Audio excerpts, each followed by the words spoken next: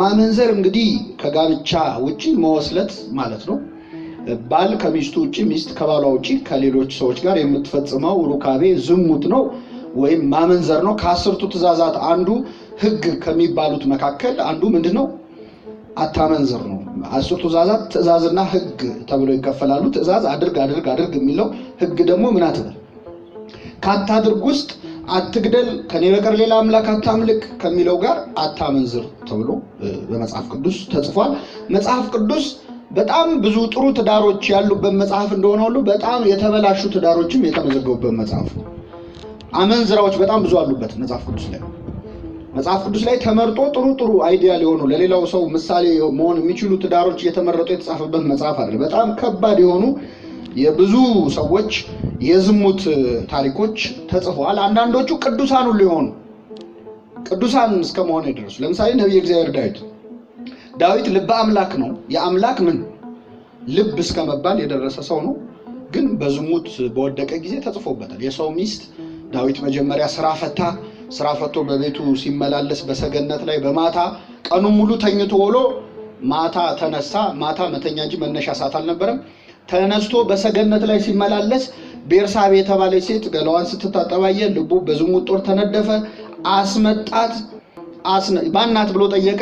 የኬጢያዊ የኦርዮ ሚስት ነች አሉት። እዛ ላይ ማብቃት ነበረበት ታሪኩ። የገሌ ሚስት ነች ከተባለ በኋላ ጨዋታ ያስፈልጋል። እሱ ግን አስጠራት ይላል። ብዙ ጊዜ ዝሙት የሚመጣው ማመንዘር የሚመጣው እገሊት ባለትዳር ነች ባለትዳር ነው ከተባለ በኋላ አይ በእህትነት ነው በጓደኝነት ተብሎ ይጀመራል። አስመጣት፣ አስነወራት። እንደውም ከታሪኩ አሳፋሪነት የተነሳ አንዳንዶች በተለይ አይሁድ በጣም እንግዲህ ለዳዊት በጣም ተቆርቋሪ ናቸውና እሷ ነች ያሳሳተችው ሁሉ ለማለት ይሞክራሉ። ሚድራሽ የሚባል አይሁድ የኮሜንታሪ ያላቸው ትርጓሜ መጽሐፍ እና በሚድራሻቸው ላይ እሷ ሆን ብላ ልታስተው ብላ እሱ ሊያያት የሚችል ቦታ ነው ገላዋን የታጠበችው። ጥሩ ነው ግን አይደለም። እነሱ እንዲህ ቢሸፍኑትም እግዚአብሔር ግን አልሸፈነለትም፣ አለቀቀው፣ ቀጥቶታል ማለት ነው። እና ለምንድን ነው አሁን መጽሐፍ ቅዱስ ይህንን ታሪክ ዳዊት ስንት ጥሩ ነገር አለው ለምን ይህን ክፉ ነገር ጻፈው ቢባል ማንንም እንዳናምን ማለት ነው። ማንንም ሰው አይ ገሌ በፍጹም እንደዚህ አይነት ኃጢአት ሊሰራ አይችልም የሚባል ሰው አለ? የለም። ምንም አይነት ሰው ቢሆን ማለት ነው። አሁን ዳዊትን ተመልከቱት። በመንፈሳዊ ከእግዚአብሔር ጋር ቃል በቃል የሚነጋገር ሰው ነው።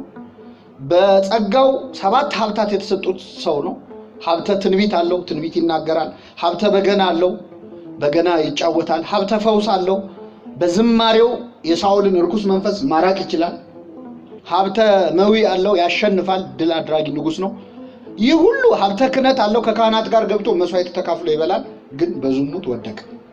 ምን ማለት ነው? እገሌ እኮ ፈዋሽ ነው፣ እገሌ እኮ እሳቸው አጥማቂ ናቸው፣ ቅዱስ ነው፣ ጸጋለች ብሎ ነገር የለም። ዝሙት ማዋርደው ሰው የለም። ቢፈውሱ እንደ ዳዊት በመዝሙር አልፈወሱ።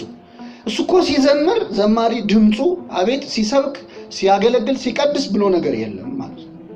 ወቅታ የጣለቻቸው ብዙዎች ናቸው ይላል። ኃጢአት ያላዋረደችው ሰው የለም። ስለዚህ ማንም ሰው ምንም ላያደርግ አይችልም የሚባል ነገር የለም። ማንንም ሰው እንዳናምን የዳዊትም ታሪክ በመጽሐፍ ቅዱስ ተጽፎ ልጁ ደግሞ የባሰ ነው። ልጁ ሰሎሞን በዝሙት የሰሎሞን ዕቁባቶች 80 ናቸው። ስንት ናቸው? 80 ንግስታት 60 ዕቁባት 80 የሚላል 60 ንግስታት ነበሩ፣ 80 ዕቁባት ነበሩ። ደስታም ፈተንኩት ያላየሁት የለም፣ ነገር ግን ሁሉ ከንቱ የከንቱ ከንቱ ነው አለ። እንደውም አንዳንዶች እንደ ልቡና ድርሶ ነው ወይ ከንቱ ቢለው ይላሉ። አይደለም፣ አየው በቃ ያልሞከርኩት ያልቀመስኩት ነገር የለም። ግን በዛ ተጠቃሚ የሆነ እንዳይመስላችሁ መጽሐፍ ቅዱስ ከነ ኃጢያቱ ጻፈው። ግን ኃጢያቱ ብቻ አይደለም የጻፈው፣ ኃጢያቱ ያመጣበትንም ችግር ደግሞ ጽፎታል። ሰሎሞንም ዳዊትም የተረጋጋ ሰላማዊ ህይወት አልነበራቸው። ሰሎሞን መጨረሻ ጣዖት እስከ ማምለክና ከእግዚአብሔር ጋር እስከ መጣላት የደረሰው በዝሙቱ ምክንያት። ከግብጽ ነገስታት ልጆች የሆነች ሴት አገባ፣ ጣዖት አስመለከችው፣ ከእግዚአብሔር ተጣላ፣ ጥበብ ከሰጠው አምላክ ጋር ተጣላ ማለት። ስለዚህ የሚያሳየው መጽሐፍ ቅዱስ ብዙ ሰዎች በጋብቻቸው አልፈው የወሰለቱ ያመነዘሩ ሰዎችን ታሪክ የሚጽፍ መጽሐፍ ነው።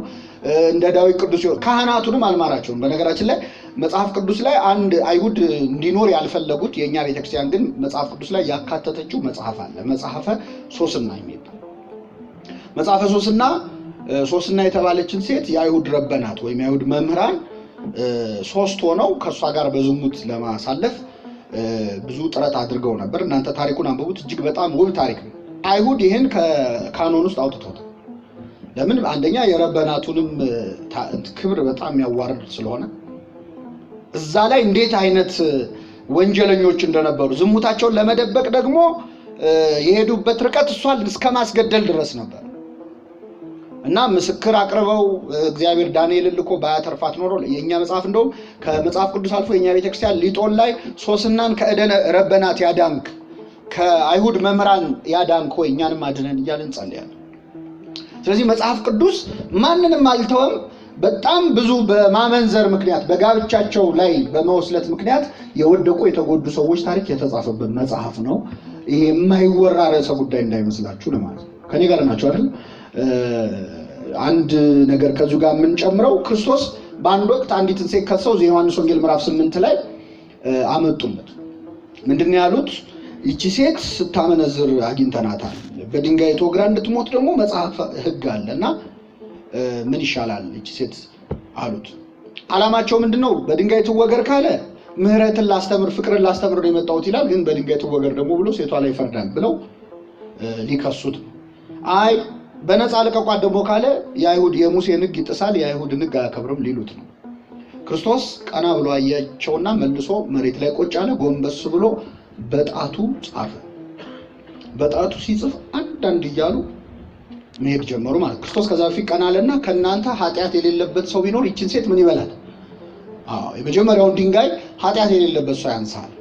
ግን ምንድነው የጻፈው ክርስቶስ መሬት ላይ ምን ጽፎ ነው?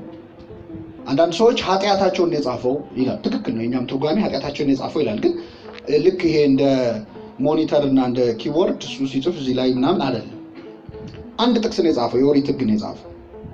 አንዲት ሴት በዝሙት ምክንያት በድንጋይ የምትወገር ከሆነ ከሷ ጋር ዝሙት የፈጸሙትም ሰዎች አብረው በድንጋይ አለባቸው ሲል ከዚህ ሴት ጋር የተኙ ሰዎች ናቸው መጥተው የከሰሷት።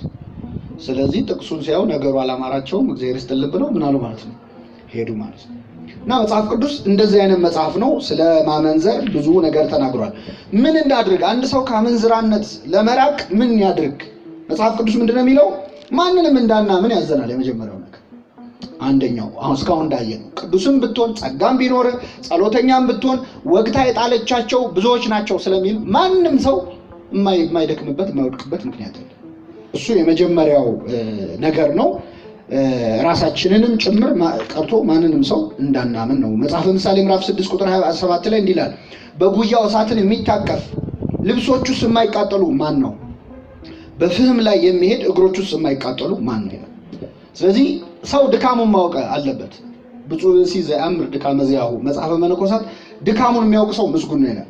አንዳንድ ሰዎች ለማመንዘር የሚያስችላቸውን ወደ ኃጢአት ሊጥላቸው የሚያስችላቸው ጉዳይ ውስጥ ይገቡና ችግር የለውም ብለው ይዝናናሉ። መጽሐፍ ቅዱስ እንደዛ አይደል። ድካምን ማወቅ አለበት። ሰውነታችሁን እንዳታምኑት። እየሰማችሁ አንዳንዴ በተለይ በጋብቻም ከጋብቻ አሁን ጋብቻ ላይ ስለሆነ የምንማረው በወጣትም ከጋብቻ በፊትም ያለ ሰው አይኔ አልወድቅም የሚል አንዳንዴ ኮንፊደንስ። እኛ ብዙ ጊዜ እኮ አብረን አሳልፈን ከሱ ጋር ከሷ ጋር ምንም የተፈጠረ ነገር የለም። ስለዚህ አይፈጠርም ከዚህ በኋላ።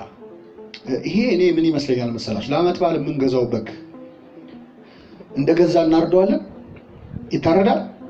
እና አሁን ምናልባት ኢንተርቪው የሚያደርገው ጋዜጠኛ ቢመጣ ያን በግ እንዴት ነው ብትሉት፣ አይ አልነኩኝም እኮ በዚህ ምንም ያው ትናንት ይችሉ ነበር ዛሬ አልነኩ ነገም ይላል።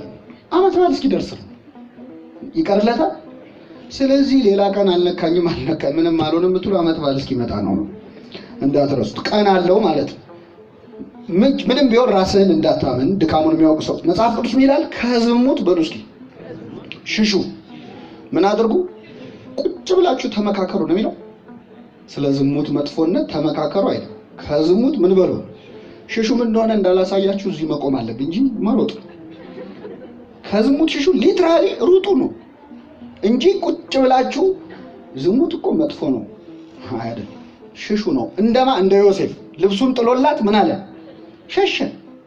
ቁጭ አርጎ ቢመክራትስ ኖሮ አልገባሽም እኮ አንቺ ቢል ኖሮ እዛው ይቀራል ማለት ነው።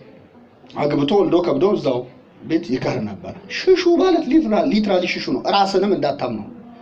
በዜና አበው ይገርማቸዋል። አንድ አባት መጽሐፈ መነኮሳት ላይ ወደ 90 ዓመት ሆኖታልና መቼስ ከዚህ በኋላ አልወድቅም ብሎ ሌሎችም አይወድቅም ብለው አስበው በቃ የምታገለግለው ሴት አንዲት ወጣት ሴት ትምጣና እዛው ያገለገለችው ትርዳው ብለው 90 ዓመት አልፎታል ሰጡት ማለት ነው። ብቻ ታሪኩን ሳሳጥረው በአመቱ ወለደ ከሷ። እየሰማችሁ ነው።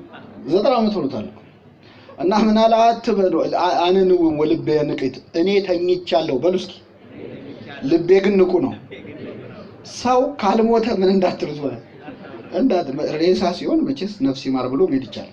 ከዛ በፊት ግን ሰው ራሱንም ጭምር ምን እንዳይል ነው እንዳያምን መጽሐፍ ቅዱስ ይህንን ያስረዳል። ወደ ባልና ሚስት ሲመጣ ባልና ሚስት አትለያዩ በምን ምክንያት ወደ ማመንዘር የሚመጣው ባልና ሚስት ባለፈው ስለ መኝታ በደንብ ተምረናል። እዛ ላይ አንስተነዋል። ባልና ሚስት በምንም ምክንያት መኝታ መለየት የለባቸውም። በቦታ መራራቅ የለባቸውም። በተለያየ ምክንያት መራራቅ የለባቸውም። በተራራቁ ቁጥር ሰይጣን እንዳይፈትናችሁ የሚለው የሐዋርያው ቃል ይመጣል ማለት ነው። ሌላው ላይ አለመፍረድ። ሰው እንዴት በትዳሩ ላይ እንደዚህ ያደርጋል? እኔ በፍጹም አላረግም ያሉ ሰዎች ያደርጋሉ አይቀርም። ምክንያቱም እግዚአብሔር እንደዚህ አይነት በራስ መተማመንን እና በሌላው ሰው ላይ መፍረድን ይጸየፋል። ስለዚህ ሰው እንዴት በትዳሩ ላይ እንደዚህ ያደርጋል ካልክ እንዴት እንደሚያደርግ ያስረዳል እግዚአብሔር። በማን አድርጎት ማለት ነው? በራስ ላይ አድርጎት ማለት እንደዛ ከመሆን ይሰውረን።